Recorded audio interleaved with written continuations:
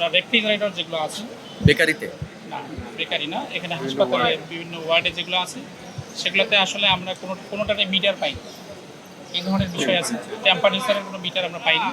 রেফ্রিজারেটরের যে আপনার মিটার, সেটা কিন্তু আমরা শুধুমাত্র ব্লাড ব্যাংক ছাড়া কোথাও পাই না। যে কিছু কিছু জায়গায় একটু নোংরা আছে, হ্যাঁ, আমরা এই সার্বিক বিষয়টা বিবেচনা করে আমরা 3 লাখ টাকা জরিমানা করেছি। এটা অতি অল্প সময়ের মধ্যে কারেকশন না করলে আমরা আবারও এটা রিভিজিট করি।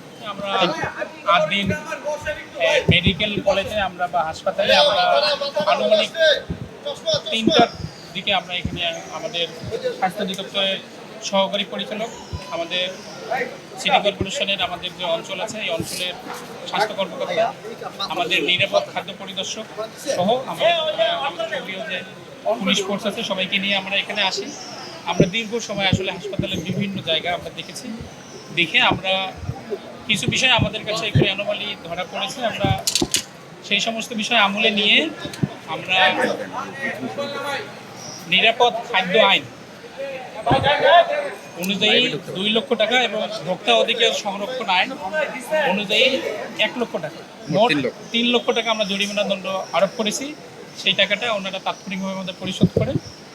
আমরা ওইটা নিয়ে আমরা অন্য একটা হাসপাতালে। মানে আপনারা কি পেয়েছেন? অস্বাভাবিক ঘটনা যে বললেন কি কি অস্বাভাবিক বলতে যেটাকে বোঝায় সেটা হলো যে ধরেন আমরা রেফ্রিজারেটর যেগুলো আছে বেকারিতে না, বেকারি না, এখানে হাসপাতালে বিভিন্ন ওয়ার্ডে যেগুলো আছে সেগুলোতে আসলে আমরা কোনোটাতে মিটার পাই না। এই ধরনের বিষয় আছে। টেম্পারেচারের কোনো মিটার আমরা পাইনি। এছাড়া আমরা আরেকটা যেটা জিনিস আমরা পেয়েছি সেটা হলো যে কিছু কিছু জায়গায় একটু নোংরা আছে, হ্যাঁ, আমরা এই সার্বিক বিষয়টা বিবেচনা করে আমরা 3 লাখ টাকা জরিমানা করেছি। এই জরিমানাটা নোংরা পরিবেশের কারণে করা হয়েছে না, এটা ঠিক আছে, অনেকটা ওরকমই। আমরা একটা জায়গায় যেমন ধরেন কিছু মিষ্টি পেয়েছি, সেখানে এটার কোনো ধরনের লেভেল ছাড়া পেয়েছি, বা হয়তো দেখা যাচ্ছে যে কিছু কিছু জায়গা আছে যে একটু অপরিষ্কার আছে। আচ্ছা আবিনুল ভাই, হাসপাতালটা তো অনেক বড়, এটা আপনাকে একটা ওয়ার্ডে পেয়েছেন নাকি একদম পুরো হাসপাতাল জুড়ে আপনি পেয়েছেন? না, আমরা তো মোটামুটি যতটুকু দেখার আমরা দেখেছি। মানে পরিমাণটা কেমন সেটা আমাদের একটু বলেন যদি। মানে ধরেন- সেটা একটা ওয়ার্ডে পেয়েছেন নাকি না কয়েকটা, সেটা একটু না, আমরা রেফ্রিজারেটরের যে আপনার মিটার, সেটা কিন্তু আমরা শুধুমাত্র ব্লাড ব্যাংক ছাড়া কোথাও পাই না। এরকম একটা বিষয়। আচ্ছা আরেকটা বলবেন, বেকারিটা আসলে কোথায়? মানে নিউজে এসছে যে হাসপাতালের উপরে বা হাসপাতালের ভবনে। এটা কি হাসপাতালের ভবনে না ভিন্ন ভবনে? এটা একটু ক্লিয়ার করুন। না, আমরা আসলে একই ভবন দিয়ে আমরা কিন্তু গিয়েছি। না, আপনারা তো বেকারিতেও গিয়েছেন। গিয়েছি, সেটা আমরা বন্ধ পেয়েছি। মানে ওটা কোন জায়গায়, লোকেশনটা? একই ভবনের উপর। উনি বললেন তো আচ্ছা, আপনারা যে অনিয়মটা পেয়েছেন এটা নিয়ে হাসপাতাল কর্তৃপক্ষের আপনাকে জিজ্ঞেস তো অবশ্যই করেছেন, তাদের অ্যান্সারটা কি ছিল? না, এটা ওনারা কারেকশন করে দেবে।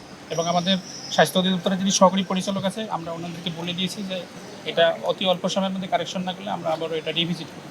আচ্ছা আর একটা প্রশ্ন, এই যে সামনের রাস্তাটা, এটা তো হঠাৎ করে ওয়ান ওয়ে হয়েছে, যদি একটু সবাই পেত বা জ্যাম, এই জায়গাগুলো নিয়ে আপনারা বলবেন কিনা?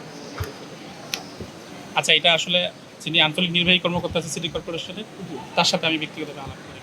আচ্ছা, আর যে বেকারিটা আপনারা বন্ধ পেয়েছেন সেটা তো হাসপাতালে দিয়েই আপনারা পেয়েছেন। হাসপাতালে